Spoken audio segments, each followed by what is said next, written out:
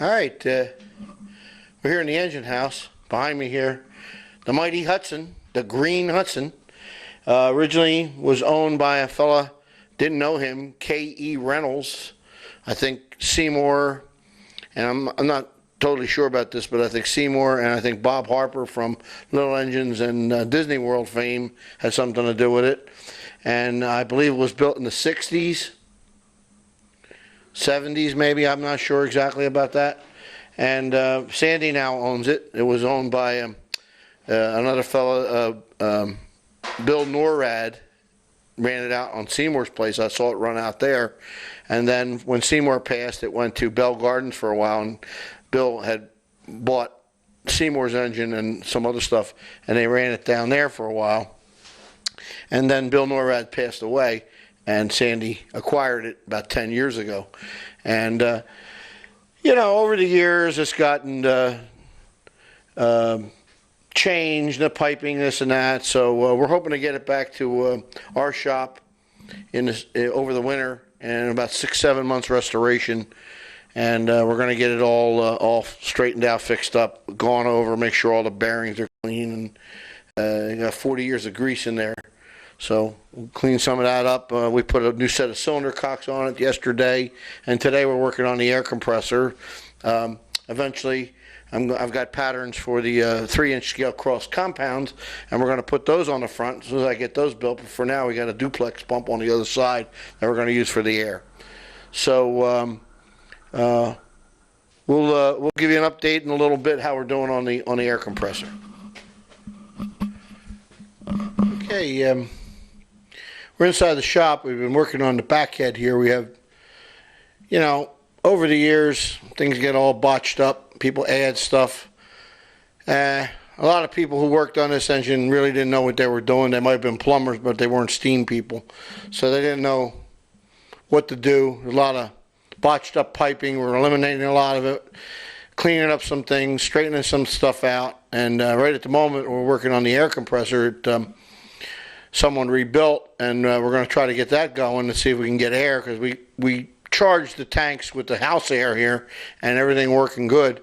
But I got to make sure that the brakes, some of the grades coming here, we have 2% up and coming down because you're over the same track, and we want to be able to stop the train. So that's the first step. It's straight air, by the way.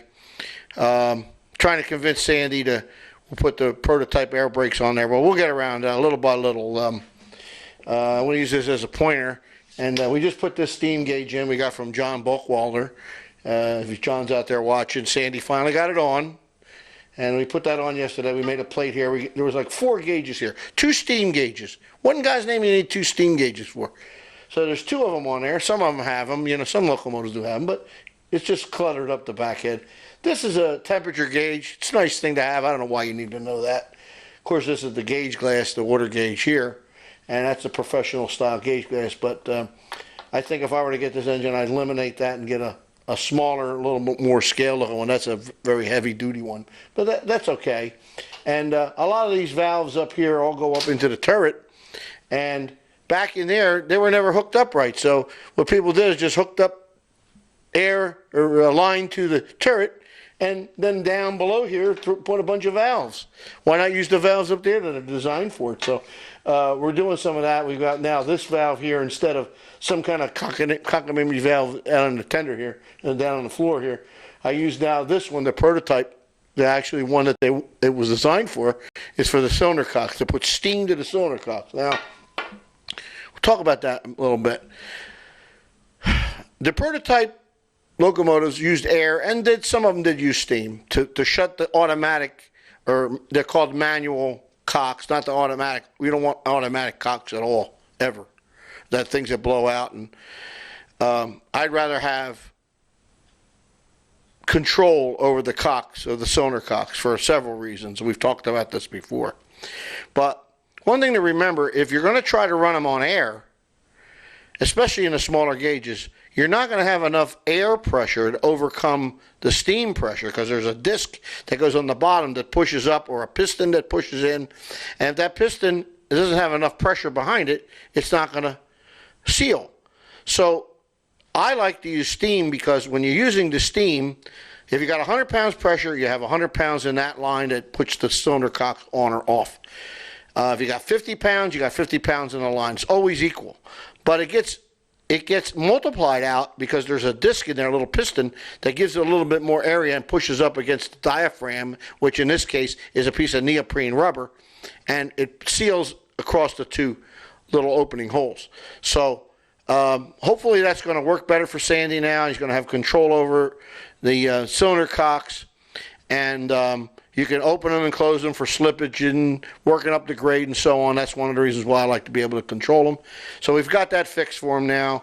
We put the new gauge in. We've trying to figure out all the piping. He's got a ball valve for the oil flow. We're going to change that to a metering style valve so he can meter the oil in and regulate it a little bit better. You can't really regulate it with a ball valve. It's too on-off kind of a situation. Ball valves are, my opinion, a ball valve should not be used as a regulating valve of any kind. Throttle, this and that. Everybody uses them.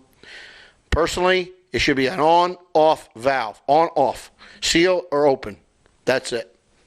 But we just rechanged the lubricator, displacement lubricator. We took all that apart. It's right here.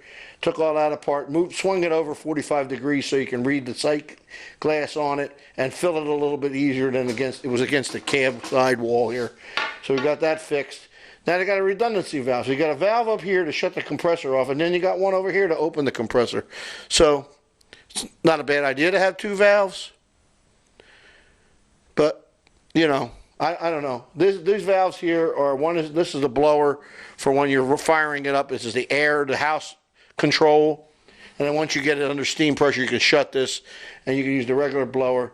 This is the bell, which is not connected at all. These are sanders, which do work.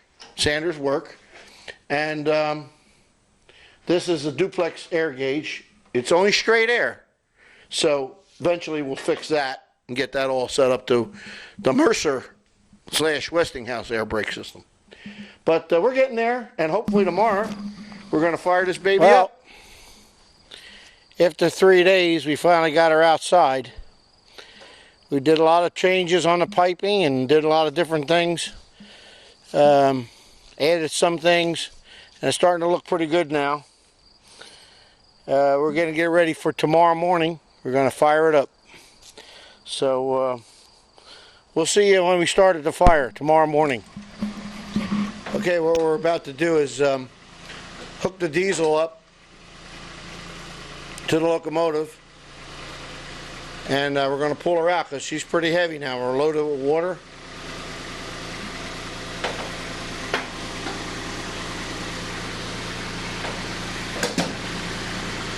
There it comes.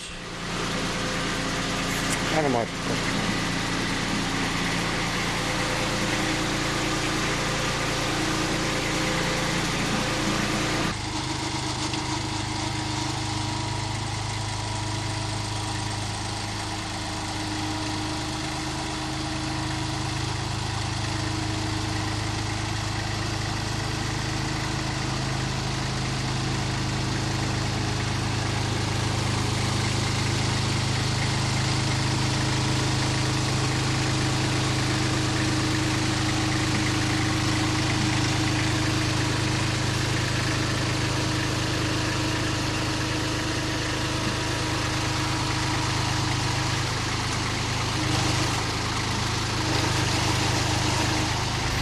Well, we got the lid off. It's about 11 o'clock.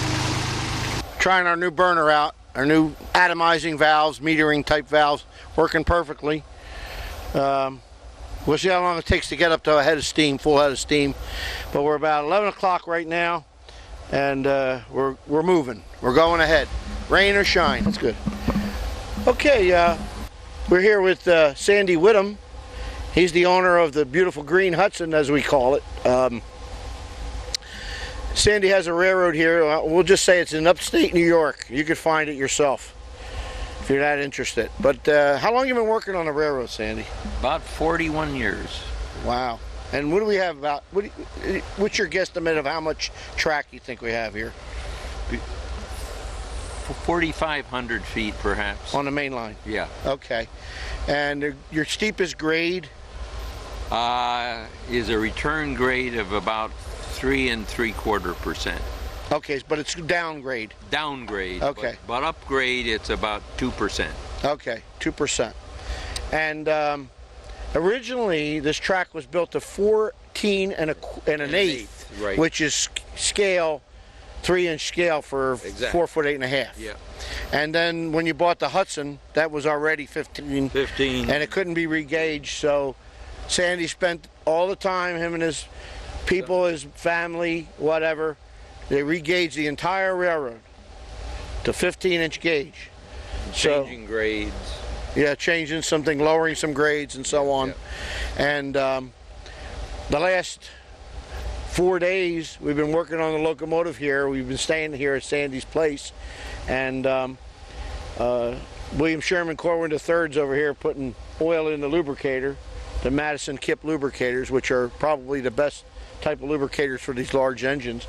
And we're firing up. We're ready to go. We're going to be going soon, hopefully, right? Yeah, I think so. Okay. We're off the peg. Yes, I saw that. We're coming. All right.